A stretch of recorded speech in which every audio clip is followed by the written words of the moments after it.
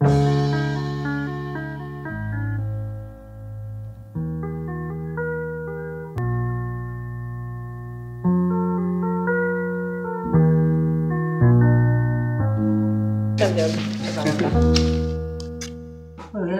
lehenengo saiora hori esan, esesko ez dut emango, salduko naiz, kuriositatea berse nondik noa dijoan, ez?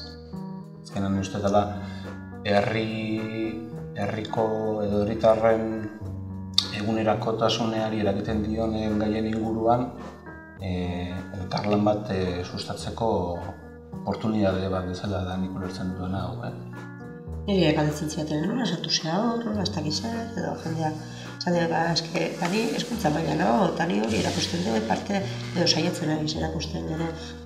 Karo, gauza bat erakutsi, eta gero beste bat egin, Uste batez ere ezagutzeko aukera hori, eta bintzat norberak egiten duena edo konpartitzeko aukera hori ez. Hortikan aurrera zertarako balioko duen edo zer emango duen. Eta igual ezagutzen zaituztetela eta zu ezagutzen dituzula, behar bada proiektuak ere izan daitezke aberatsak, ez?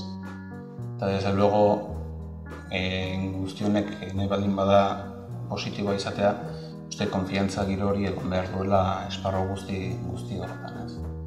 Solidaridade eta giro horretan esan prest daudenak eta horrela atea beharko dugula pixkate herri aurrera, ez? Bai, eta auzolana eta herrigintza eta hori da. Hoiei garrantzia ematea, ez? Eta nik uste zentzu horretan jendea gustora egon biala egin dugunarekin.